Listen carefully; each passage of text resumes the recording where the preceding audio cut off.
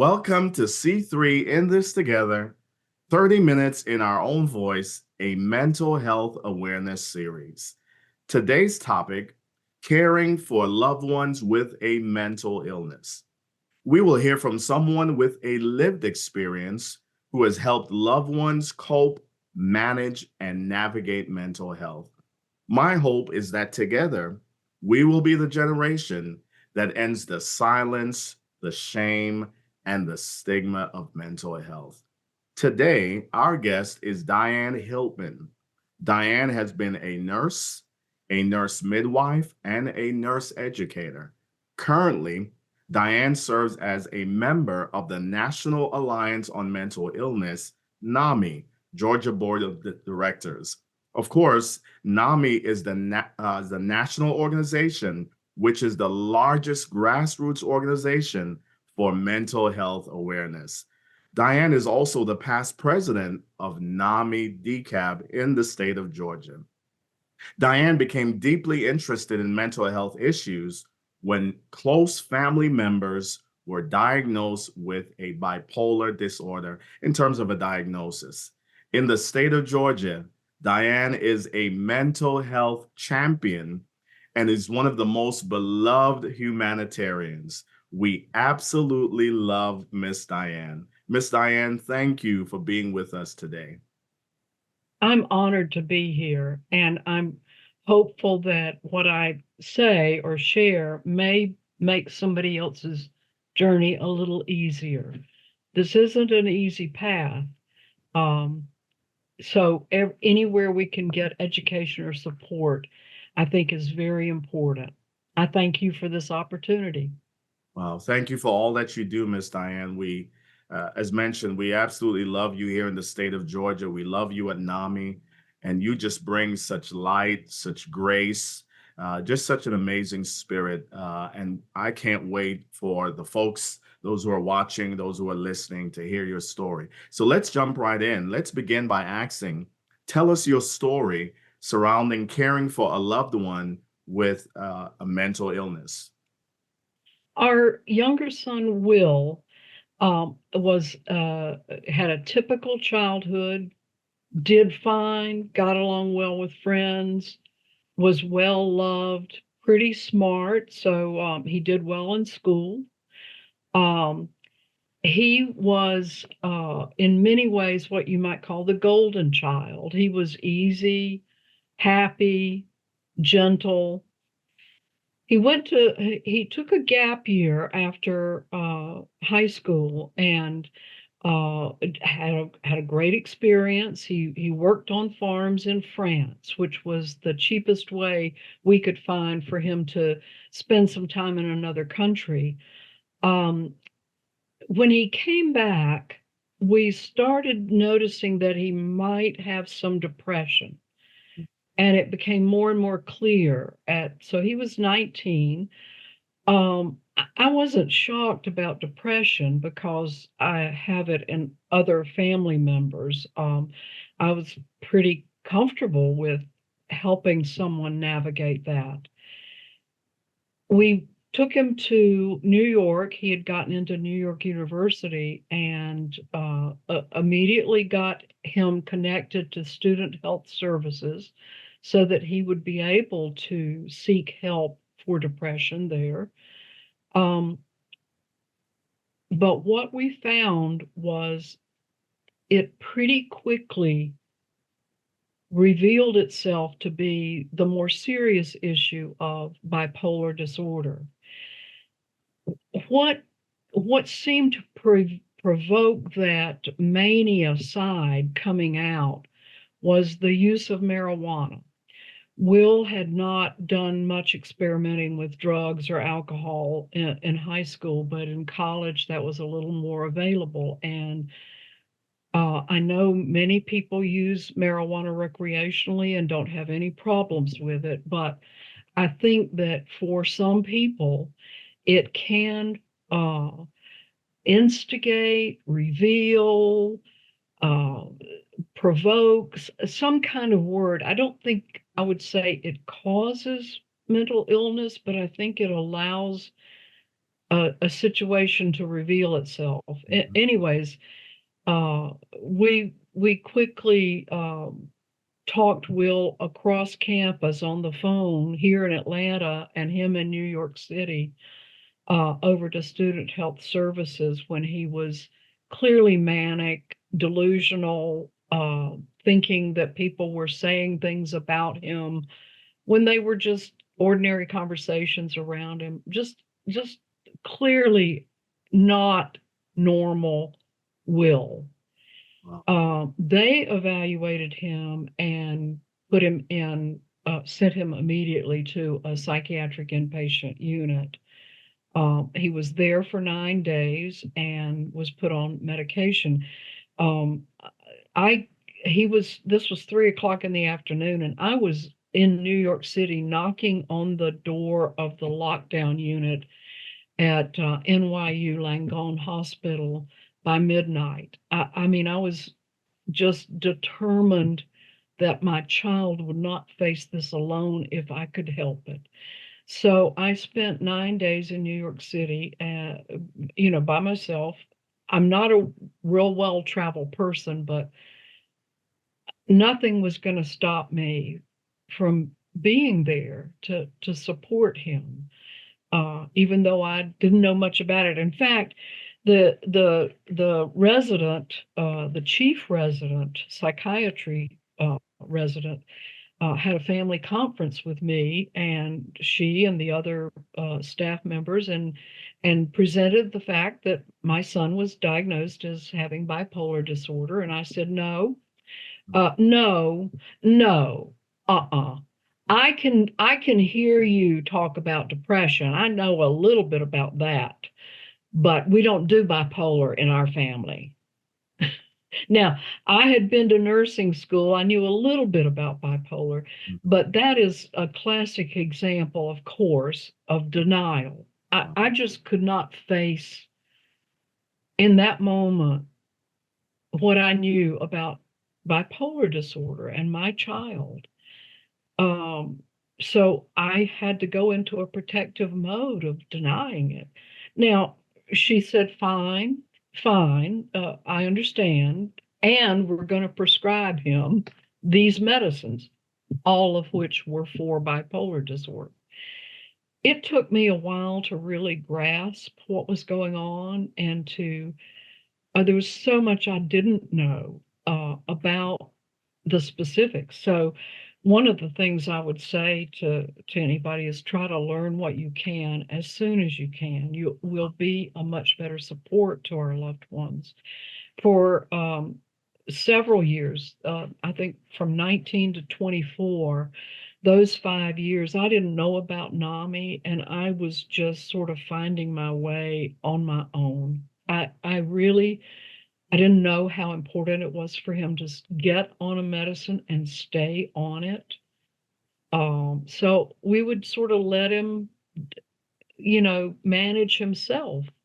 And that's not the best way to do things. There really is a need for guidance. And when we heard about NAMI, finally, when Will was 24, and he was so ill at that point that we had to bring him home from New York. He was, his girlfriend had basically kicked him out because he wouldn't take medicine and he was very hard to live with. So he was on the streets of New York City for 3 days in December with us not really sure where he was or how to get him, but we finally got him home. The years since he came home in 2013 were years of trial and error, of trying to learn what we needed to know. And NAMI helped us. For one thing, it helped us learn to communicate better with someone who has mental health issues. The other thing we learned in NAMI was just that mental illness is a physical illness of an organ of the body that happens to be the brain. It's only that. And yet it's difficult. It has its hard places. We had to keep encouraging Will to try different medicines as his psychiatrist would evaluate what was working, what wasn't working, and finally he got on a medicine that really works well. Will had bipolar disorder, but the spectrum that was hard to get help for him was the kind of the manic side of it. Mhm, He would, even on medicine, many medicines, he continued to have what we've come to call intrusive thoughts. mhm, He would have, um, his mind would see something out in the world, people sitting at the next table, a car driving by, and then a similar car drive. He would see something, and his mind would make up a story about it that wasn't true. And then he would get anxious and more anxious. So the part that he needed help with was learning how to manage that and then getting a medicine that would tamp that down enough so that he could function in the world.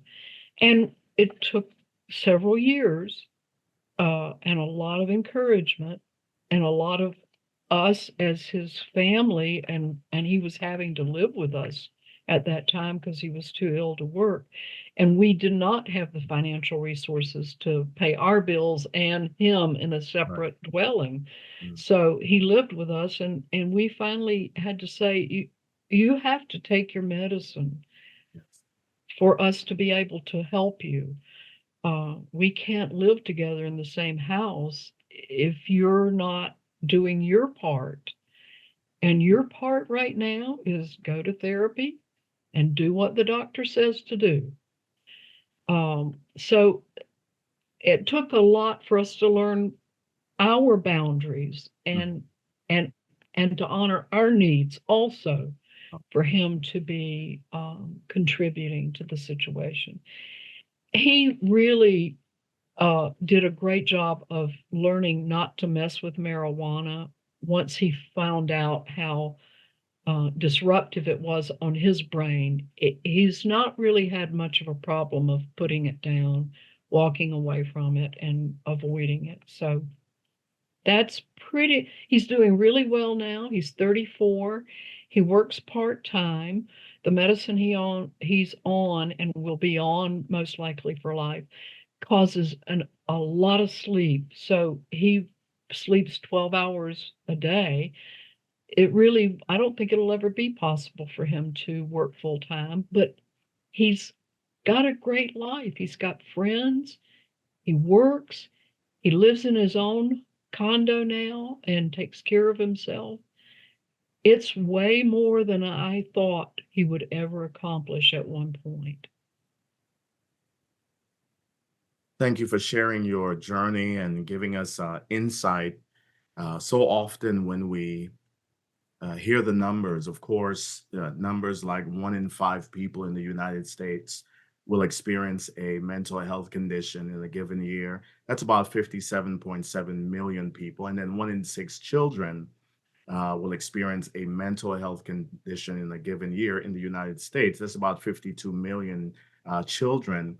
Uh, we often fail to realize that there are people with lived experience behind those numbers. So, thank you so much for giving us that insight into the lived experience and the journey of walking through a mental health condition uh, as family members. Because, of course, Mhm. when one family member has been impacted by a mental health condition, other family members are impacted as well. So, thank you for sharing that. And then I wanted to highlight just a couple of other things before we move forward that you said. You talked about how Will's experience was triggered by substance use, and we won't dwell on that. But what I wanted to highlight for people, people are often asked, well, where does a mental health condition come from, right? And they may just think it's biochemical.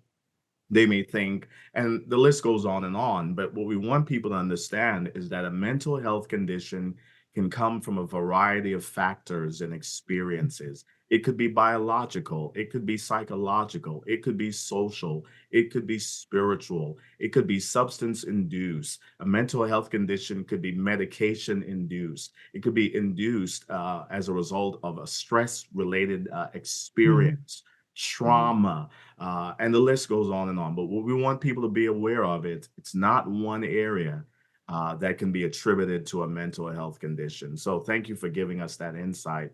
And then I Mhm. felt like it was important to highlight what you talked about, Miss Diane, was your initial emotional response to getting that diagnosis, right? There are Mhm. those who are watching who they will have an emotional response and they're thinking, I can't feel this way. Why am I feeling this way? Why do I feel the sadness? Why do I feel the denial? Why do I feel the anger? Why do I feel, and the list could go on and on, right? Why do I feel the grief? And what we want people to Mhm. know is that your feelings are exactly what they are. It is okay to feel. Yes. Yes. Absolutely okay to feel.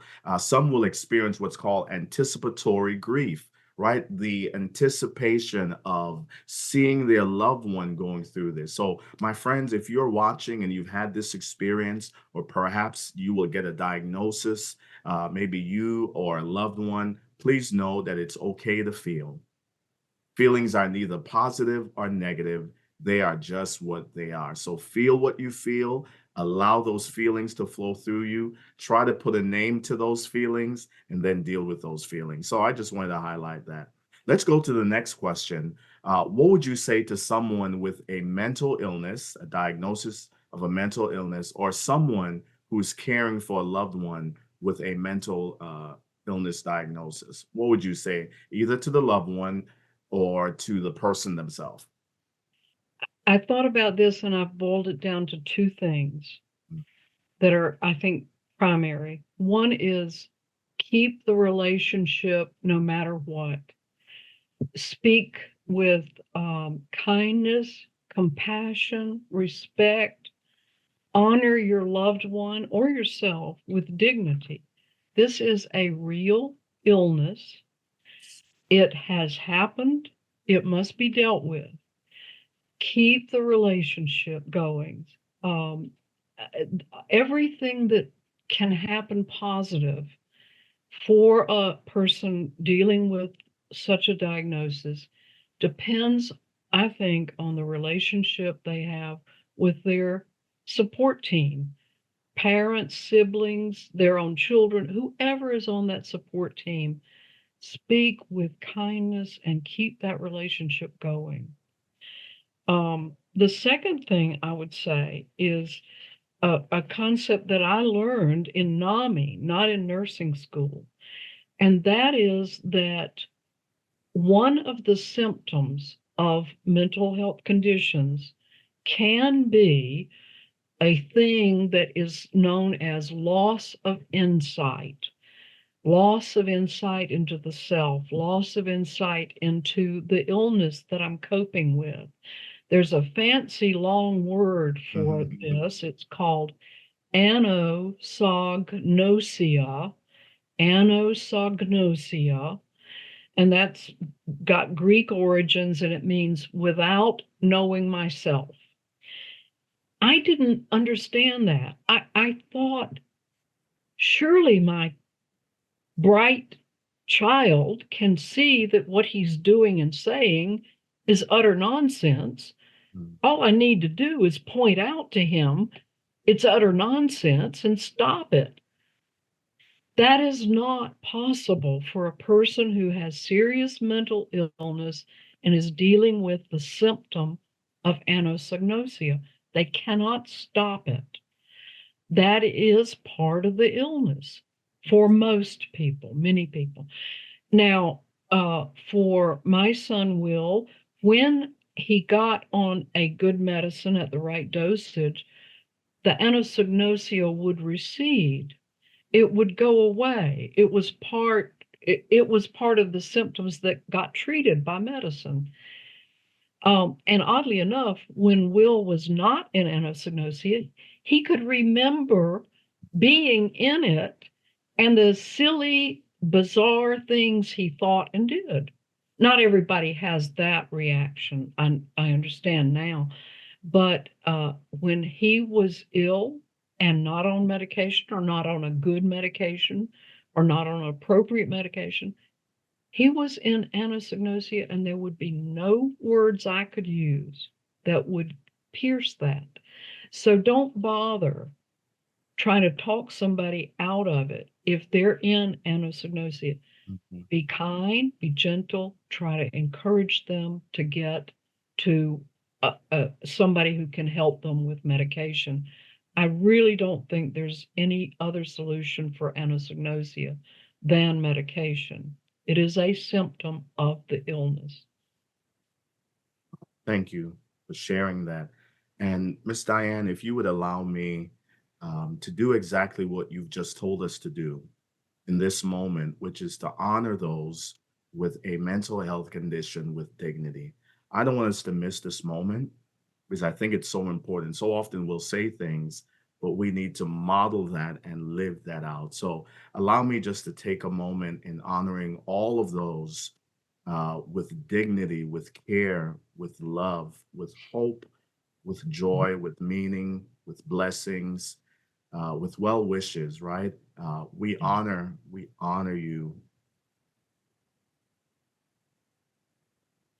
It takes a lot of courage as I watch my son get up each day and know that the medication is going to cost him a bunch of hours out of his day. Uh, he gets up, he tries to do life, but as he says, it's really hard, even with the medication. And there is not currently a cure. There may one day be. We can certainly hope. But for right now, this 34-year-old man is trying to live as normal a life as possible. And it's like dragging a heavy weight with him. So I honor anybody who can get up and face a new day carrying this load. Wow. We join you in doing that, and we join so many. I wanted to circle back to something you said earlier because I think someone will need to hear this again, which is you talked in the beginning about understanding a mental health condition and the spectrum of mental health conditions. And I Mhm. love what you said, and I would like to highlight that a mental health condition is an illness or a disease of an organ in the body, and it just happens to be the brain. And we want people to know that, right? That a mental health condition, just like any other medical condition, is a disease of the brain. If you have a heart disease, it's a disease of the heart.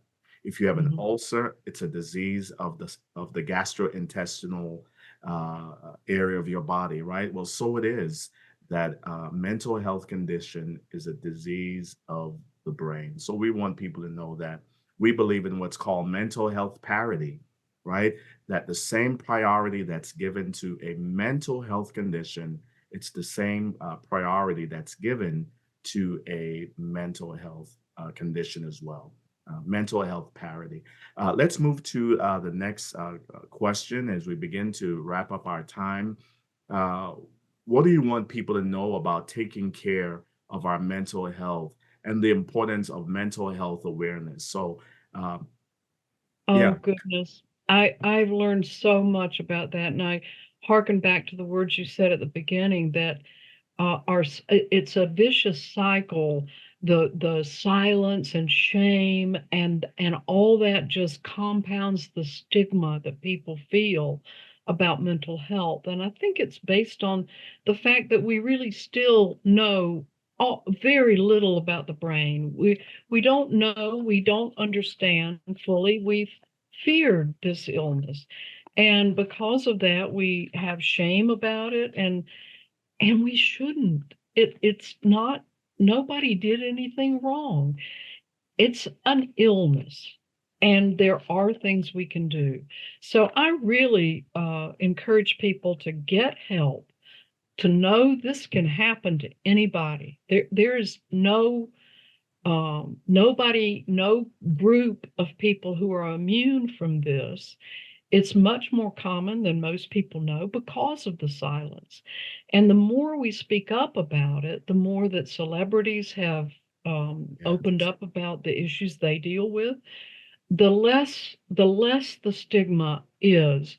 So silence leads to shame and stigma, and speaking up leads to getting help, getting assertive, being an advocate for ourselves or our loved one, helping people address this issue. If you're worried about mental illness for yourself or another, don't be silent. Go get help. Go to your family doctor if that's where you need to start. Be aware of all the groups that offer education and support, like NAMI. NAMI's not the only one; it's the biggest, and it does offer an education class and ongoing support groups that are really foundational for keeping as the family member who's trying to help my son navigate life now. It helps me so that I can better help him. And that's real important. This touches my life, so I want to get support and education. And I know we don't fully understand the brain, but I really do think that in the coming decade or two, we're going to know a lot more about the brain, how it gets ill, and what it takes to help it get well again in a much more effective way.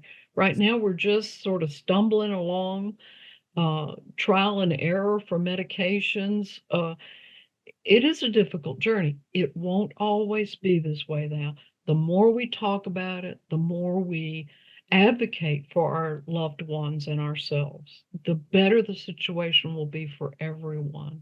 So I just encourage people to speak up, speak proud, get help. There Yeah. is help available, and there is hope available. Wow, wow. I love that. There is absolutely hope available for those who Yes, are managing a mental health condition. And that's exactly what we're doing. We are speaking up, we are speaking loud, we are being advocates, we're being champions, we are being cheerleaders. We are coming alongside people who are journeying and managing a mental health condition. And that's how we're going to move the needle on this, right? That's how yes. we're going to be the generation that will end the silence, the shame, and the stigma of mental health. Miss Diane, how can people reach out to you? Of course, tell us about your work real quickly. Your work, you mentioned some of it, but tell us about your work at NAMI, the National Alliance on Mental Yes. Illness, and then Uh, how can people reach out to you? my email address is NAMI DWH, those are my initials, NAMIDWH at gmail.com. Right now, I'm a teacher of the signature program that NAMI offers for education called Family to Family. It's an 8-week class.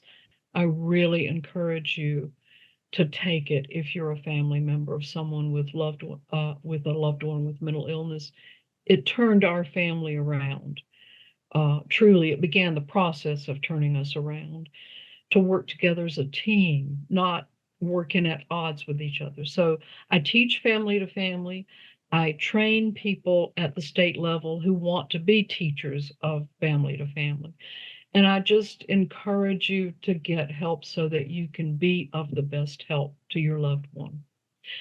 I'm on the board of directors of NAMI Georgia, as you mentioned. That's about all I'm doing right now. Well, Miss Diane, I said it earlier. It's been an honor to be on this journey with you. We've worked together in so many of the work that we do, so much of the work that we do at NAMI. It's always been a delight. We've worked together personally, and I just absolutely love you. And I could not wait for people to meet you via this platform. Thank you for all that you do. Thank you again, for your heart, for your love, not only for your loved one that's dealing with a mental health condition, but when we get around you, we feel loved, we feel valued, we feel heard, we feel like we're the most important person in the room. So thank you for making me feel Thank like I'm you. so important. Dr. Cassell, you are so easy to be with. Thank you. And when I meet people who have chosen this as a profession, I am so grateful. There's not enough of you. I hope more people go into the profession of helping people with mental health issues. I'm just so grateful that you're there when my son needed help, when our family needed help. I'm so grateful to you and to anybody who's chosen this path. Wow, I thank think you. of it as very sacred work, by the way. Yes, yes, yes. Wow. I say that so often in therapy, right? That I hold this work so very sacred, and that Yes. people would allow me to be on this journey with them. Well, my friends, it's been such an honor to have Miss Dianne. We do want to say to you that if you or a loved one may be in crisis at any point, please uh, feel free to contact or make sure that you contact 988.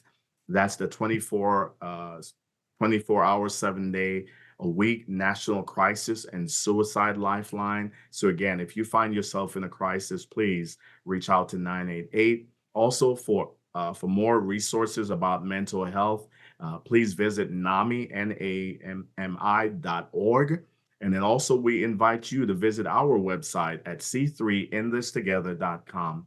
As well as, we want to say to you, if you've been impacted by this video, please hit the thumbs up button, subscribe to our YouTube channel, C3 In This Together. Please share this video, comment, and let us know how you've been impacted so that together we can bring hope and healing to a world that needs it so desperately in these dark times. My friends, thank you for joining us.